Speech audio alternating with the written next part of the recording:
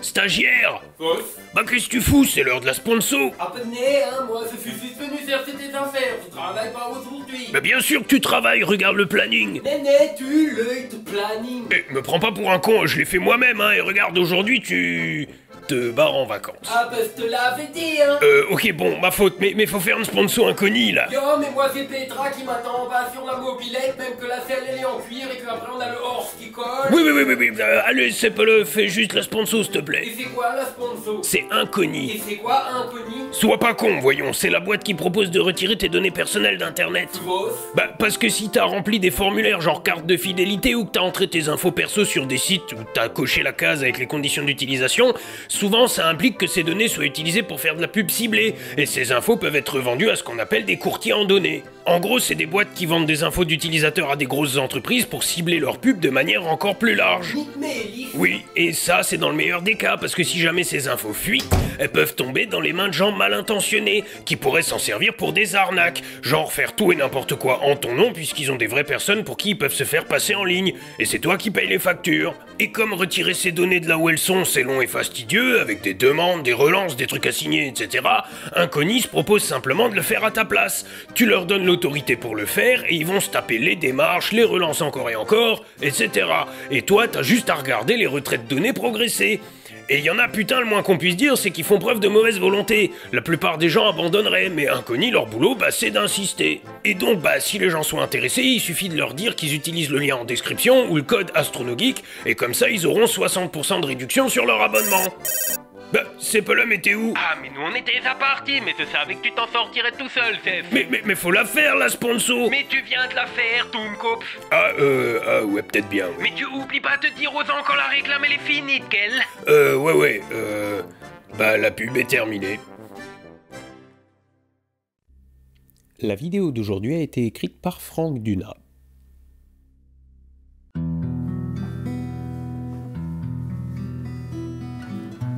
Vous pouvez taper dans vos mains, c'est pour synchroniser les caméras. Oui, allez-y. Je m'appelle Manuel. Manuel da Silva. En 1755, j'avais 10 ans. Vous pouvez nous raconter comment ça s'est passé?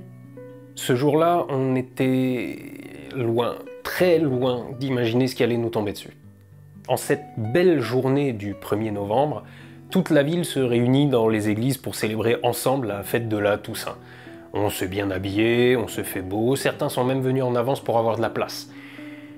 À 9h39, tous ces gens prient, remercient Dieu pour sa miséricorde et sa bonté, mais ce qu'ils ignorent, c'est que dans une minute, ces mêmes églises vont devenir leur tombeau.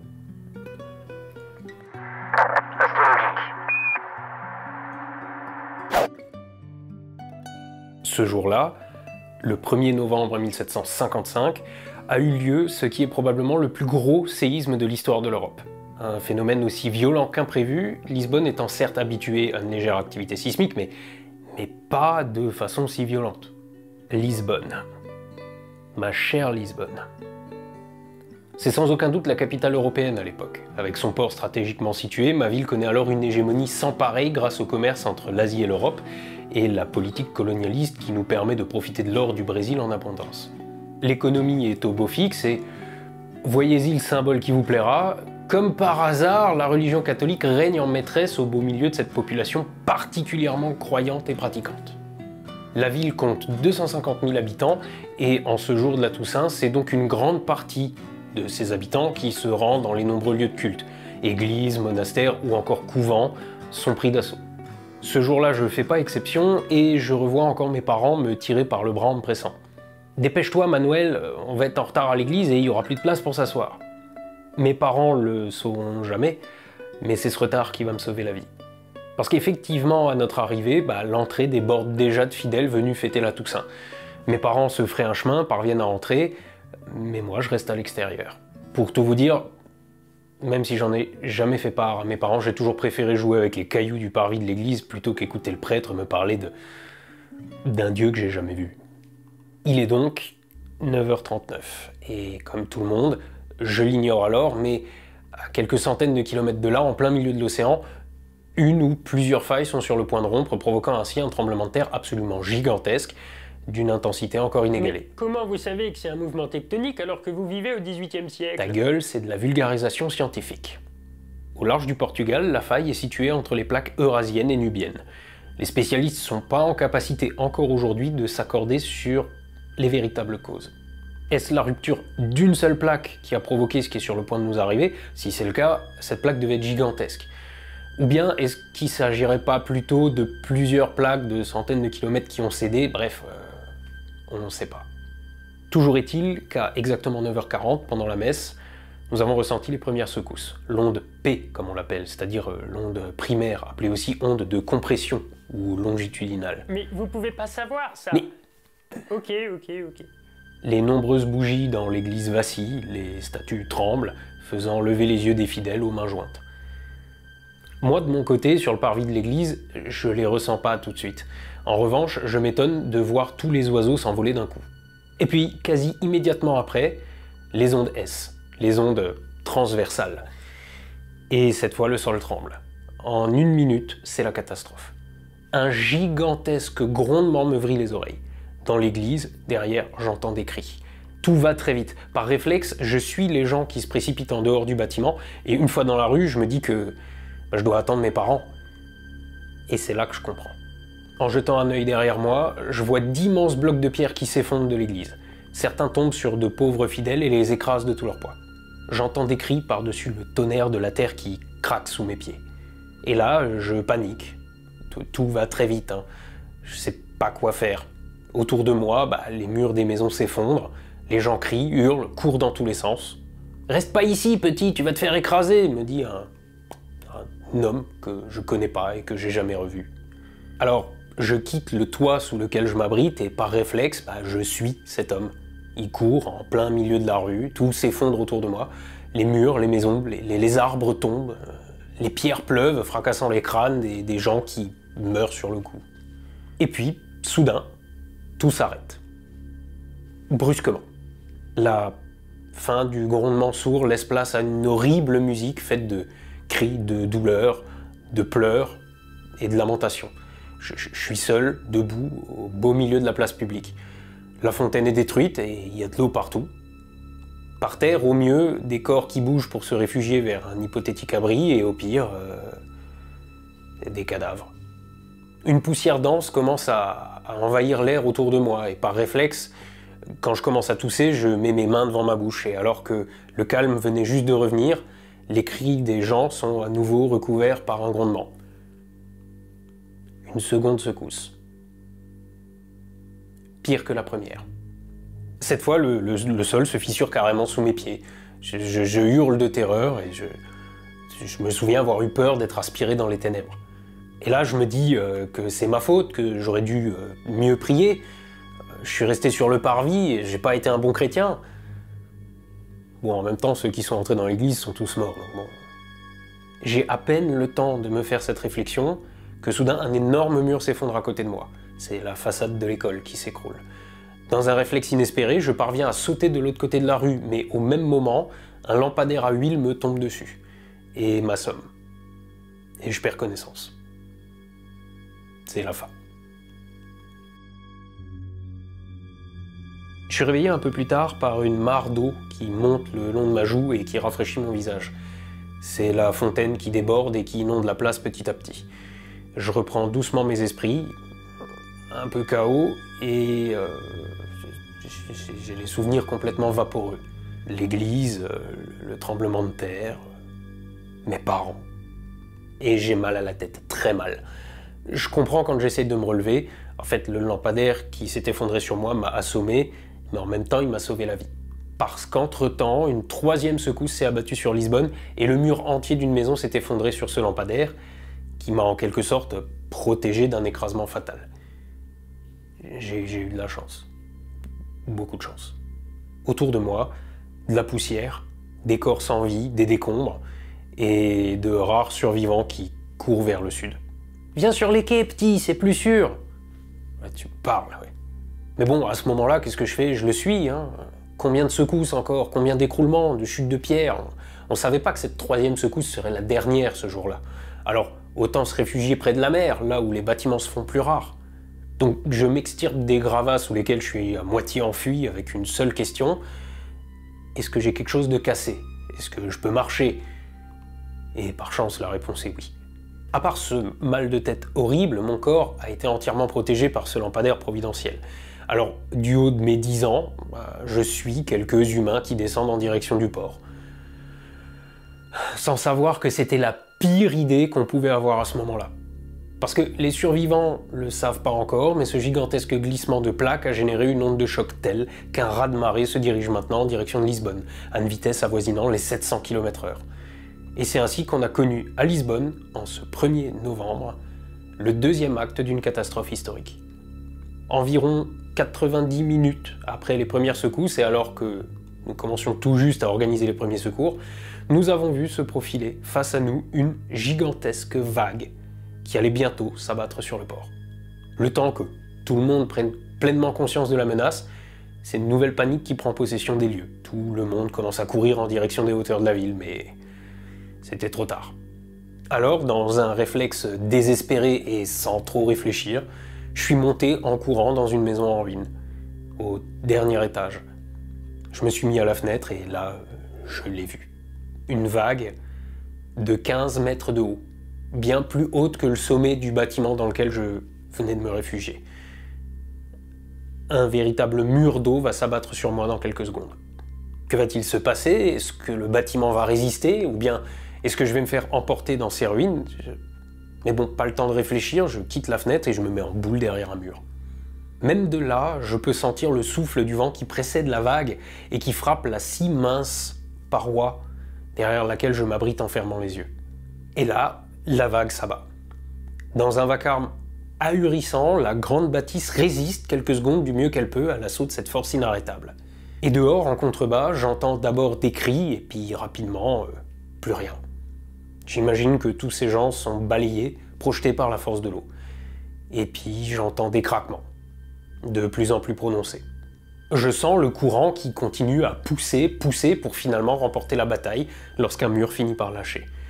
En une fraction de seconde, je suis projeté contre le mur d'en face, et pour la deuxième fois de la journée, je perds connaissance en me disant que cette fois, c'est sûr, c'est la fin. Je reprends connaissance quelques minutes plus tard. Je tousse beaucoup, je vomis l'eau salée que j'ai ingurgitée en quantité quand je me suis fait balayer par la vague. Mon premier réflexe, c'est que je regarde mes jambes et elles sont bien là, mes bras aussi. En revanche, j'ai une énorme douleur dans le dos. Mais pas moyen de savoir ce qui m'arrive, sûrement un truc qui m'a cogné. J'ai visiblement été projeté en hauteur par la force de la vague et il semble qu'un Dieu soit quand même derrière moi parce que j'ai atterri dans un arbre suffisamment en hauteur pour ne pas me noyer en étant inconscient. Et là, autour de moi, le bruit de l'eau et un terrible silence. Mais au loin, j'entends des plaintes et des râles. Quelques survivants sont là, en fait, à une dizaine de mètres de moi, regroupés sur une colline sur laquelle ils se sont réfugiés. C'est l'îlot de l'espoir. « Allez, viens, petit, viens jusqu'à nous !» Ils m'ont vu me réveiller dans l'arbre et ils m'appellent. Oui. Mais est-ce que je peux le faire? Est-ce que je vais y arriver, malgré mes douleurs? Et là, non, je crois pas que j'aurai assez de force.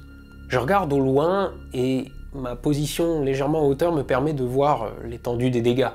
La partie basse de la ville est totalement engloutie, quant aux parties hautes sont complètement détruites par le tremblement de terre. Plus aucune maison n'est debout.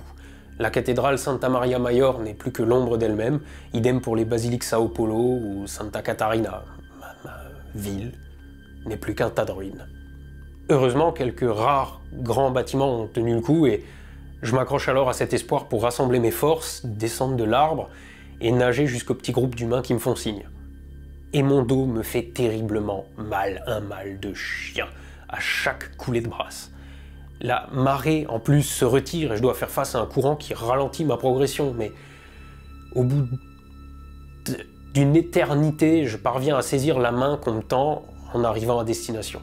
« Eh, bien joué, petit, allez, viens avec nous, ça va aller maintenant !» Ouais, c'était pas très malin de m'appeler quand même, j'aurais pu me noyer. Et là, un homme me prend sous son aile. Je me souviens encore de la balafre qui s'était faite le jour-là. Il s'appelle Ricardo et il va devenir mon meilleur ami. Il a 25 ans, 15 ans de plus que moi, et il m'explique qu'on va remonter dans les hauteurs pour se sécher et essayer de trouver de la nourriture. Et de l'eau. De l'eau, putain, j'ai soif, j'ai incroyablement soif. Je me souviens encore de ce qu'il m'a dit à ce moment-là. T'inquiète pas, Manuel, c'est fini maintenant. À ce moment-là, il l'ignore encore, mais on est loin, très loin d'être tiré d'affaire. Parce qu'après la terre qui tremble et l'eau qui s'abat sur nous, c'est un troisième élément qu'on va devoir faire face dans les heures à venir. Le feu. Car dans les hauteurs de la ville, là où le raz-de-marée n'avait pas pu faire de dégâts, ce sont les reliquats du séisme qu'il allait falloir gérer. Et parmi eux, des dizaines de départs de feu, probablement dus aux milliers de bougies allumées en ce jour de la Toussaint, dans tous les foyers et toutes les églises. Pourtant, dans un premier temps, je dois l'avouer, on les a bénies, ces flammes, parce qu'elles nous ont permis d'être enfin au sec et de nous réchauffer après avoir été sous les eaux glaciales de ce 1er novembre. Seulement voilà, tout a changé lorsqu'un élément surprise s'est invité à la fête. Le vent. En attisant chacun des foyers, il a permis au feu de gagner de plus en plus de terrain. Ce qui n'était qu'un gros feu de camp au milieu des restes de la place Terreiro do Passo prend peu à peu des proportions alarmantes. Par la force des bourrasques, les foyers se rejoignent, s'additionnent et leur intensité augmente. Et très vite, nous sommes dépassés. Sur la place, la chaleur devient intenable. Il faut se retirer. Ricardo et moi prenons quelques affaires empruntées dans une maison en ruine et tentons de déguerpir par une ruelle. Mais à mi-chemin, on doit faire demi-tour parce qu'ici aussi, le feu a gagné du terrain et nous barre la route. De retour sur la place, c'est là qu'on a compris que ce que nous avions pris pour un moment de répit n'était en réalité qu'un piège supplémentaire. Autour de nous, partout, le feu était en train de dévaster la ville. Toutes les rues transversales sont enflammées et peu à peu remonte une musique décidément trop familière depuis ce début de journée. Des cris humains. Après un tremblement de terre et un raz-de-marée, les restes de Lisbonne sont en train d'être dévastés par un incendie géant. Faut qu'on se tire d'ici ou on va cramer. C'est ce que m'a dit Ricardo pendant qu'il cherchait une issue. Et effectivement, la température commence à devenir intolérable. Autour de nous, la fumée devient dense et l'air irrespirable. Ricardo observe autour de lui et son regard s'arrête sur une petite ruelle dans laquelle la fumée semble s'engouffrer plus vite qu'ailleurs. Et là, il me dit, il y a un appel d'air par là, ça doit passer, suis-moi. Alors, je prends une grande inspiration et je me jette dans la ruelle enfumée en suivant Ricardo tant bien que mal. À mi-chemin, j'ai plus d'air et j'inspire une grande bouffée de fumée qui me brûle la gorge et je tousse tellement que je dois m'arrêter pour respirer et je tombe au sol. À cet instant, j'en ai assez. C'est terminé. Je vais mourir là. J'arrive plus à respirer. Je vais brûler ici. C'est la volonté de Dieu que je me dis. Ma sentence, c'est de ne pas avoir assez cru en lui. C'est fini. J'abandonne.